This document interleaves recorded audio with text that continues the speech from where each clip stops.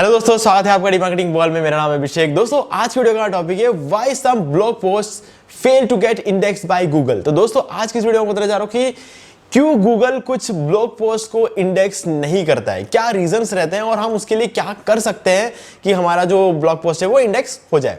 ठीक है, तो इसके साथ इस वीडियो में मैं आपको कुछ और भी चीजें बताने जा रहा हूं जो कि आपको बहुत ही ज्यादा वैल्यूएबल रहेगी आपके ब्लॉगिंग करियर में, और साथ में एक डिस्काउंट लिंक भी प्रोवाइड करवाऊंगा वेब होस्टिंग का, जिससे कि आप डोमेन होस्टिंग परचेस कर सकते हैं 75% डिस्काउंट में और अपना ब्लॉग स्टार्ट कर सकते हो। गाइस वो लिंक जो है आपको इस वीडियो के डिस्क्रिप्शन में मिल जाएगा, तो वहां से जाके आप परचेस कर सकते हैं। लेकिन इस वीडियो को एक बार देख लें क्योंकि ये काफी वैल्यूएबल वीडियो है। ठीक है, तो चलिए अब हम शुरू करते हैं। तो इससे पहले वीडियो को स्टार्ट करें, जल्दी के चैनल को सब्सक्राइब और बेल आइकन को प्रेस, ताकि जब भी मैं कोई वीडियो पढ़ूं तो नोटिफिकेशन सबसे पहले आपको मिले। तो दोस्तों चलिए शुरू करते हैं।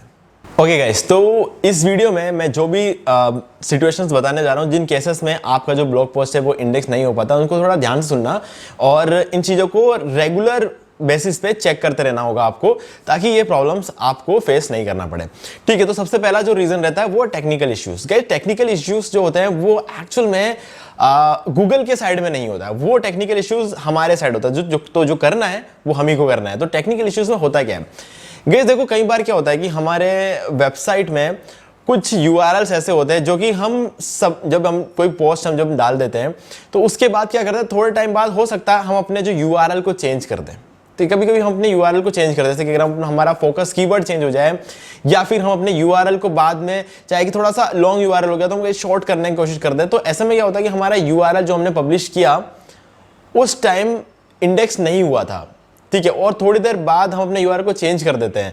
ठीक है, तो पहला वाला इंडेक्स होने ही वाला होगा जब हम अपने URL को चेंज कर देते हैं। तो ऐसे केसेस में कभी कभी हो जाता है, मेरे साथ हुआ है, हो सकता है शायद आपके साथ ये वाला केस ना हो, आपने URL चेंज भी नहीं किया होगा फिर भी आपका इंडेक्स नहीं हो रहा होगा, ये भी हो सकता है केस, लेकिन इस केस में भी होता है। तो आपको सुनना है इस वीडियो को, ताकि आपको समझ में आता है कि कौन सा ऐसा केस हो सकता है। अब गाइस दूसरा टेक्निकल इश्यू होता है कि कई बार क्या होता है कि वो URL ही मिसिंग हो जाता है, यानी कि 404 एरर। ठीक है, वो भी हो सकता है आपका ये केस ना हो, क्योंकि मैं समझ सकता हूं आप अपना केस को ढूंढ रहे होंगे, तो ये वाला केस भी आपका शायद होगा नहीं। ठीक है, तीसरा होता है कि आपके वेबसाइट की लोडिंग स्पीड। कई बार क्या हो जाता है कि हमारे वेबसाइट की जो लोडिंग स्पीड होती है बहुत कम हो जाता है। उसका मेन रीजन ये होता है कि हमारा जो वेब होस्टिंग होता है वो कहीं ना कहीं स्लो हो सकता है। ठीक है, उसके डाउन टाइम ज्यादा होंगे, अप टाइम कम होगा। ठीक है, उनका जो कंप्लीट सर्वर की जो स्पीड होती है, रैम वगैरह जो होगा वो कम हो सकता है। बहुत सारी वेब होस्टिंग है जो 0.25 के रैम में भी चल रही है। ठीक है, 0.25 के रैम में चल रही है। तो मैं आपको सजेस्ट करूंगा कि ब्लू होस्ट जैसी होस्टिंग ले, डिस्काउंट लिंक डिस्क्रिप्शन में, वहां से जाकर अगर आप परचेस करोगे तो आपको सबसे सस्ते प्लान में भी आपको 1 GB का रैम मिलेगा और 75% का डिस्काउंट मिलेगा हमारे लिंक के थ्रू, और साथ में free domain, free SSL, Cloudflare का CDN, जो कि सबसे इंपॉर्टेंट फैक्टर रहता है, क्योंकि CDN ऐसी चीज होती है जो आपके वेबसाइट की स्पीड को कम से कम 50 गुना बढ़ा देता है, इतना फास्ट हो जाता है। देखो एक तो वो होती है कि ब्लू होस्ट की अपनी स्पीड होती है जो कि काफी अच्छी होती है, ऊपर से जब CDN आ जाता है, CDN होस्टिंग का पार्ट नहीं होता है, वो एक एक्स्ट्रा फीचर है जो कुछ वेब होस्टिंग कंपनीज प्रोवाइड करती है, जैसे कि ब्लू होस्ट जो है वो क्लाउडफ्लेयर CDN प्रोवाइड करता है, जो दुनिया का टॉप CDN कंपनी है, तो वो आपको फ्री में मिल जाता है। तो इसलिए आप उस CDN को जैसे एक्टिवेट करोगे आपकी वेबसाइट की स्पीड बहुत ही कमाल की हो जाएगी, आप सोच भी नहीं सकते इतना कमाल की हो जाएगी। तो अगर हो सकता है कि आपकी वेबसाइट की लोडिंग स्पीड कम हो, तो एक बार अपने वेबसाइट की लोडिंग स्पीड चेक करो। मोबाइल में अगर आप देखोगे तो कुछ 85 के अगर ऊपर जा रहा है या फिर 90 के ऊपर जा रहा है तो आपको लग सकता है हाँ ठीक है, 90 के अगर आसपास का अगर आपको गूगल पेज स्पीड में जब आप चेक करोगे तो आपका जो ऑप्टिमाइजेशन या स्पीड जो होती है वो अगर आपको 95 का स्कोर दे रहा है मोबाइल में, या 90 का स्कोर दे, तब तो कुछ करने की जरूरत नहीं है। और लैपटॉप में अगर 98 और 100 के आसपास कुछ दे रहा है लैपटॉप में या PC में, तो आपको कुछ करने की जरूरत नहीं है। लेकिन अगर आप सोचो तो 80 के नीचे अगर मोबाइल का, खासकर आज के डेट में मोबाइल का बहुत ज्यादा वो रहता है, तो अगर 80 के नीचे है या फिर 80 से 85 के बीच में है तो आपको सोचने की जरूरत है। और अगर कहीं 75 से नीचे है तो गाइज आपको आगे काम करने का मतलब ही नहीं है। 75 का स्कोर होने का मतलब है कि स्कोर बहुत ज्यादा खराब है। उसके नीचे अगर जाता है तो फिर तो सीन ही कुछ क्रिएट नहीं होता, इसलिए उसके नीचे तो हम सोचने की दिक्कत जरूरत ही नहीं है। लेकिन अगर 80 से नीचे चला गया अगर आपका स्कोर, तो मैं तो सजेस्ट करूंगा कि यार होस्टिंग चेंज कर लो। ठीक है, लिंक डिस्क्रिप्शन में आपको मिल जाएगा, आप अपना होस्टिंग चेंज कर सकते हैं। ठीक है, अब इसके अलावा गाइज ऐसा नहीं कि वीडियो को यहां तक देखा और आपने अपना होस्टिंग चेंज करने चले गए, ऐसा कोई कंपलसरी नहीं है। मैं आपको आगे बताऊंगा कि और भी बहुत सारे रीजंस इसके रहते हैं, लेकिन इसका सॉल्यूशन ये है कि आप अपने वेब होस्टिंग को चेंज कर लो और ब्लूहोस्ट जैसी कंपनी में शिफ्ट हो जाओ, जो कि बहुत ही कमाल की होस्टिंग है।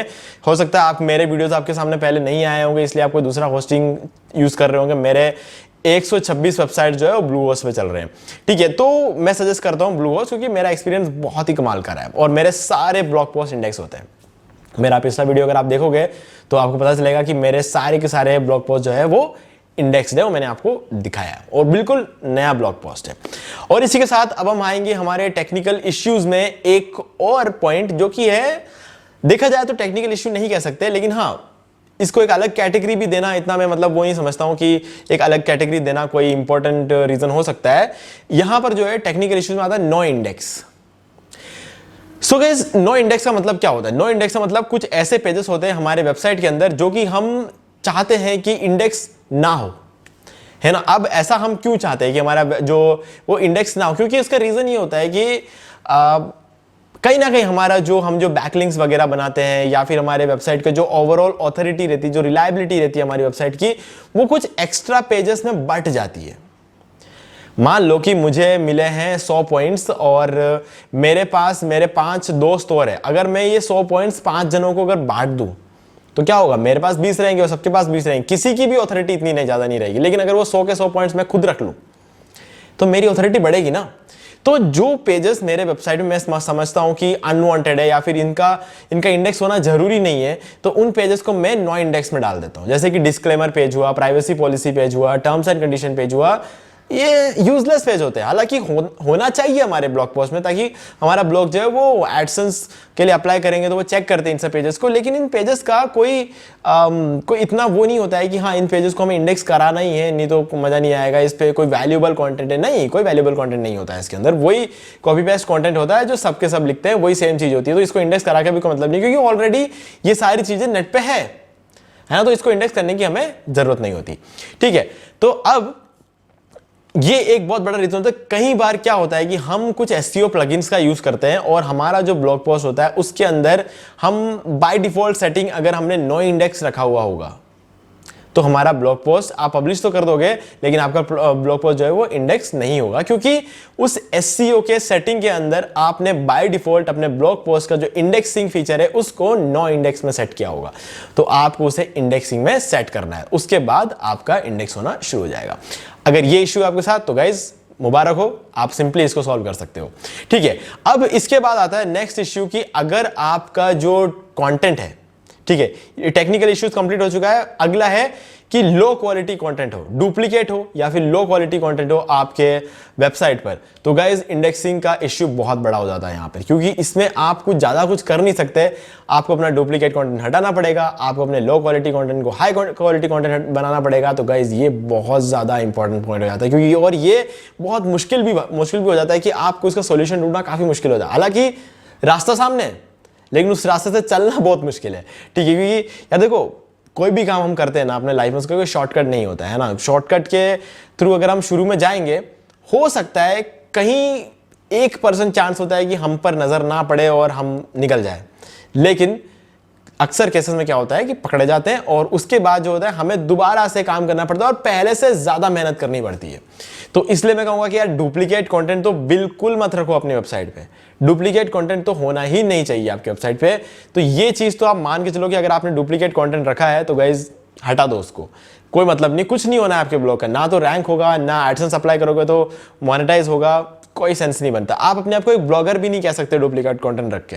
ठीक है, कुछ पैसे कमाने के लिए आप ब्लॉगिंग करना स्टार्ट किया आपने डुप्लीकेट कंटेंट के साथ, और आप इस डुप्लीकेट कंटेंट के साथ कभी भी अपने आप को ब्लॉगर नहीं कह सकते, है ना। वो मजा भी नहीं आएगा आपको उस ब्लॉग ऐसे करके ब्लॉगिंग करने में, कोई मजा नहीं आएगा आपको। और दूसरी बात है लो क्वालिटी कंटेंट। अब गाइस लो क्वालिटी कंटेंट का मतलब क्या होता है?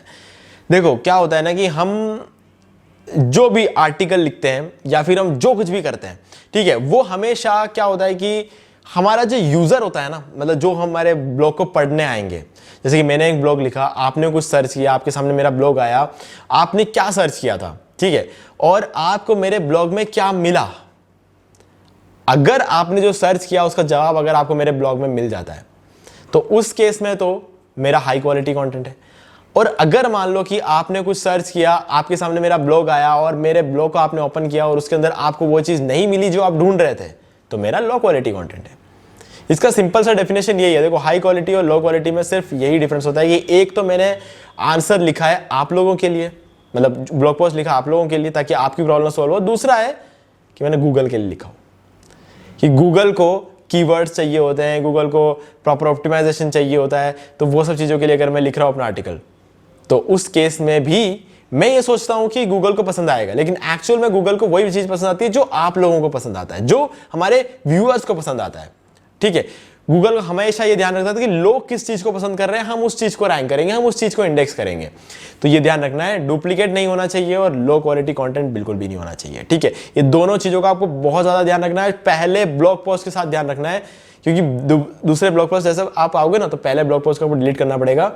तो जो मेहनत की है आपने, डुप्लीकेट बनाने में भी थोड़ी बहुत तो मेहनत लगती है, तो वो मेहनत फिर आप दोबारा करना नहीं चाहोगे। तो इसलिए मैं सजेस्ट करूंगा कि पहले ब्लॉग पोस्ट के साथ ही धीरे धीरे लिखो, कम लिखो, कोई फर्क नहीं पड़ता है ना, आराम से चलो, कोई जल्दी नहीं होती। देखो, ब्लॉग पोस्ट लिखना, यूट्यूब चैनल बनाना, ये सब ऐसी चीजें नहीं है कि आपने आज शुरू किया और आज पैसे कमाना शुरू कर दोगे। नहीं, आराम से करो यार, इस चीज को आराम से करो, सही तरीके के साथ करो। टाइम लगेगा, 1 साल लगेगा, 2 साल लगेगा, लेकिन सक्सेस मिलेगा। लेकिन अगर आपने डुप्लीकेट चीजों के साथ काम करना शुरू किया, शॉर्टकट्स लिए, तो कभी भी आप उस जगह नहीं पहुंच पाओगे जहां पर आपको पहुंचना है। तो आराम से करो, पहुंच जाओगे जहां पहुंचना चाहते हो। ठीक है, अब इसके बाद आता है कि हमारी जो वेबसाइट है या तो नई होगी या फिर लो ऑथोरिटी होगी। अब इसका क्या मतलब होता है? देखो, नई होगी ये तो समझ गए होंगे आप कि अभी अभी डोमेन, जैसे कि मैं अपनी बात करूं, मेरा जो ब्लॉग है वो बिल्कुल नया है। ठीक है, अगर कितने दिन हो गए, शायद 15 दिन हो गए होंगे या 18 दिन हो गए होंगे मुझे अपना डोमेन और होस्टिंग परचेस किया हुआ। जब मैंने डोमेन और होस्टिंग परचेस किया तो उस पर एक वीडियो बनाया था। अगर आप उस वीडियो को देखना चाहते हो तो उसका एक लिंक है, वो मैं इस वीडियो को डिस्क्रिप्शन दे दूंगा, उस वीडियो को आप देख सकते हो। 1 घंटे में मैंने पूरा ब्लॉग आपको बना के दिखाया है कि, और उस ब्लॉग पे मैं जो कुछ भी आर्टिकल डाल रहा हूँ वो सारे इंडेक्स भी हो रहे हैं, बिल्कुल नया है लेकिन इंडेक्स हो रहे हैं। ठीक है, तो वो कैसे किया है उस पर मैंने अपना पिछला वीडियो बनाया था, ब्लॉग पोस्ट इंडेक्स प्रॉब्लम करके, वो एक वीडियो बना, उस वीडियो को देख लो। मैं जिस तरीके से इंडेक्स करवाता हूं उस तरीके से आप भी करवा पाओगे। लेकिन फॉर एग्जांपल आपने इन वीडियोस को नहीं देखा तो मैं बता दूं कि देखो, अगर आपका ब्लॉग पोस्ट अपने आप इंडेक्स नहीं होता है तो इसका मतलब यह है कि आपका ब्लॉग जो है वो नया है। मेरा भी अपने आप इंडेक्स नहीं होता, मुझे करवाना पड़ता है और मैं करवा देता हूं। ठीक है, अपने आप नहीं होगा क्योंकि मेरा बिल्कुल नया है यार, 18 दिन ही हुए मेरे ब्लॉग को स्टार्ट किए हुए। मेरे वो बात हो रहा है कि मैंने 18 दिन में 16 से 17 ब्लॉग पोस्ट डाल दिए उसमें। ठीक है, मैं रेगुलर काम कर रहा हूँ, अच्छा खासा कंटेंट डाल रहा हूँ, 1000 से 3000 वर्ड का हर कंटेंट रख रहा हूँ और जैसा करना है बिल्कुल वैसा का वैसा कर रहा हूँ। ठीक है, जो सही तरीका होता है ब्लॉगिंग करने का बिल्कुल वही तरीका यूज कर रहा हूँ। ठीक है, लेकिन फिर भी है तो नया ही ना, तो इसलिए इंडेक्स होने में मुझे प्रॉब्लम होती है डायरेक्टली, मतलब बिना फोर्स किए इंडेक्स मेरा भी नहीं होता है क्योंकि नया है। तो वो कोई प्रॉब्लम नहीं है, वो सबके साथ होगा, सबको कराना पड़ेगा जैसे मैं कराता हूं, इसलिए मैंने वो वीडियो बनाया। लेकिन गाइज, इसके साथ दूसरी चीज होती थी लो ऑथोरिटी वेबसाइट। अगर मैं अपने ब्लॉग की बात करूं या फिर कोई भी एक नया ब्लॉग जो होता है उसकी ऑथोरिटी वैसे भी लो होती है। ठीक है, मेरी खुद की भी ऑथोरिटी वैसे भी लो है। क्यों? क्योंकि 18 दिन की वेबसाइट क्या ऑथोरिटी बिल्ड करेगी, और ऑथोरिटी है क्या चीज ये भी समझना जरूरी है। तो गाइस, एक तो होता है कंटेंट ऑथोरिटी, जैसे कि मैं अपने ब्लॉग में जो आर्टिकल्स लिख रहा हूं वो सब कुछ ब्लॉगिंग कोर्स के बारे में लिख रहा हूं। ठीक है, तो ब्लॉगिंग कोर्स को लेके मेरी जो ऑथोरिटी है वो धीरे धीरे बिल्ड हो रही है, हुई नहीं है, हो रही है। ठीक है, तो मेरी ऑथोरिटी बिल्ड हो रही है। लेकिन अगर मान लो मैंने एक आर्टिकल लिखा ब्लॉगिंग के बारे में, अगला आर्टिकल लिख दिया ऋतिक रोशन के बारे में, तीसरा आर्टिकल लिख दिया फल फ्रूट के बारे में, चौथा आर्टिकल लिख दिया क्रिप्टो करेंसी के बारे में, 5वां आर्टिकल लिख दिया फोटोग्राफी के बारे में, और कुछ भी लिख रहा हूं मैं, कपड़ों के बारे में लिख रहा हूं, जो अनाप शनाप मोबाइल फोन्स के बारे में लिख रहा हूं, कुछ भी लिख रहा हूं मैं, तो मेरी ऑथोरिटी कभी भी नहीं बन पाएगी, कभी नहीं बन पाएगी। क्यों? क्योंकि मैं हर बार टॉपिक चेंज कर रहा हूं, हर बार टॉपिक चेंज कर रहा हूं। तो इस तरीके से मेरी जो ऑथोरिटी कभी बिल्ड नहीं होगी, तो मेरी जो वेबसाइट है लो ऑथोरिटी है। देखो, नया होना और ऑथोरिटी ना होना कोई गलती नहीं होती है, लेकिन पुराना हो फिर भी ऑथोरिटी ना हो तो वो आपकी गलती होती है। ठीक है, तो ये चीज ध्यान रखना है। नया होता है तो जबरदस्ती इंडेक्स करवाओ जैसे मैंने बताया है, और ऑथोरिटी बिल्ड करने की कोशिश करो। मैंने अपने सारे आर्टिकल्स ब्लॉगिंग के बारे में लिखे हुए अभी तक। ठीक है, और एक वेब होस्टिंग के बारे में लिखा, लेकिन वेब होस्टिंग का नेक्स्ट स्टेप क्या होता है? ब्लॉगिंग ही होता है, वेबसाइट बनाना ही होता है। तो बहुत ज्यादा बाहर नहीं जा रहा हूं मैं। ठीक है, तो जो है मैं अपने ही नीश में टिका हुआ हूं। तो मेरी ऑथोरिटी इस वजह से बिल्ड हो रही है। अगर मैं 5-6 महीने काम कर लूं तो मेरी अच्छी खासी ऑथोरिटी बन जाएगी। और दूसरा ऑथोरिटी का एक रीजन ये होता है कि आपके पास बैकलिंक्स होने चाहिए। अगर आपके पास बैकलिंक्स है तो आपकी ऑथोरिटी बनेगी। ठीक है, तो मेरे पास अभी फिलहाल बैकलिंक्स नहीं है, क्योंकि मैं बैकलिंक्स इतनी जल्दी नहीं बनाऊंगा। जब तक मेरे 40-50 ब्लॉग पोस्ट नहीं हो जाते मैं बैकलिंक्स बनाना शुरू नहीं करूंगा, क्योंकि कोई मतलब नहीं है। 40-50 ब्लॉग पोस्ट हमारे बन जाएंगे, उसके बाद हम बैकलिंक्स बनाएंगे, तभी उसका कोई सेंस निकलता है, नहीं तो ऑफ पेज एसईओ का कोई मतलब नहीं निकलता। इसलिए पहले ऑन पेज एसईओ करो, अच्छा खासा कंटेंट लिखो, फोकस करो अपने कंटेंट पे, डेली कंटेंट डालने की कोशिश करो। उसके बाद जब 40-50 कंटेंट हो जाए आपके साइट पे, फिर जाके बैकलिंक्स वगैरह बनाओ। तो बैकलिंक से ऑथोरिटी जल्दी बिल्ड होती है।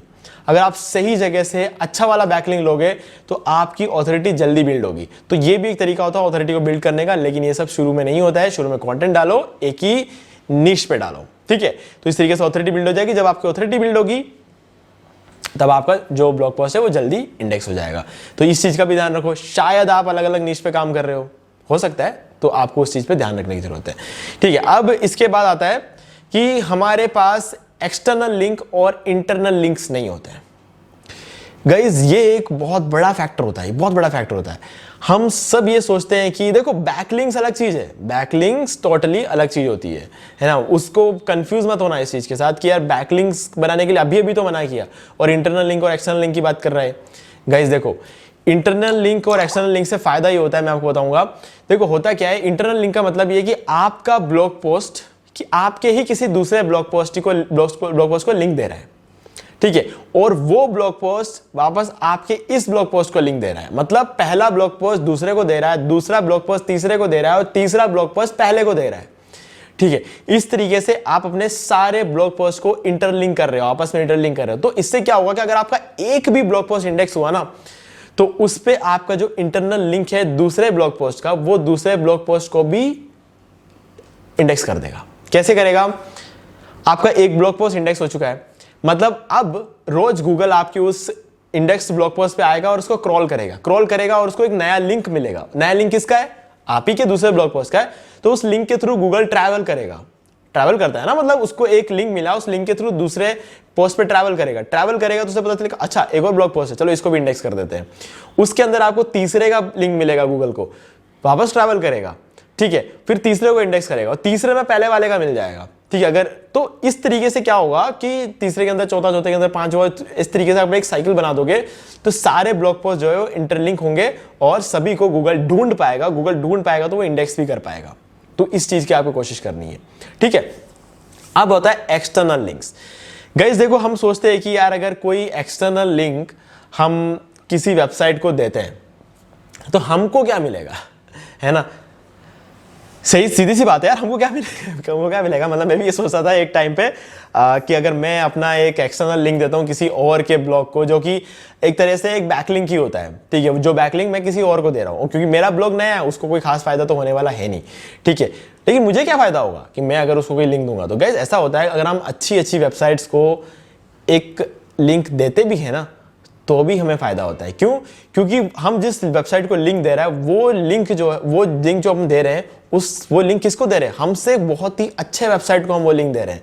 तो उनको कोई फायदा नहीं होगा, लेकिन उस वेबसाइट की ऑथोरिटी बहुत अच्छी है, उसकी वजह से हमें फायदा होगा, ठीक है।